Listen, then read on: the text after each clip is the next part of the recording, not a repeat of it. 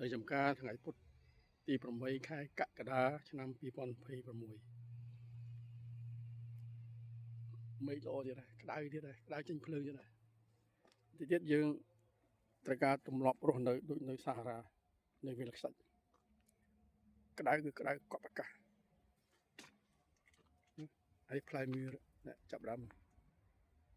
ទុំខ្លះហើយ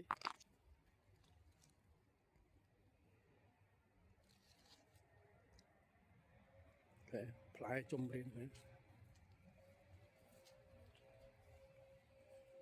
ខ្លះទុំខ្លះអត់តន់ទុំ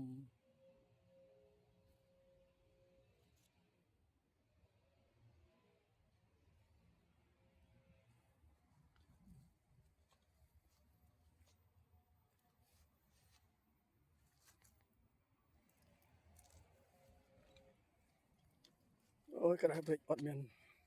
ស្រោចទឹកបងប្អូនខ្លះបានទឹកខ្លះអត់បានទឹកអត់អី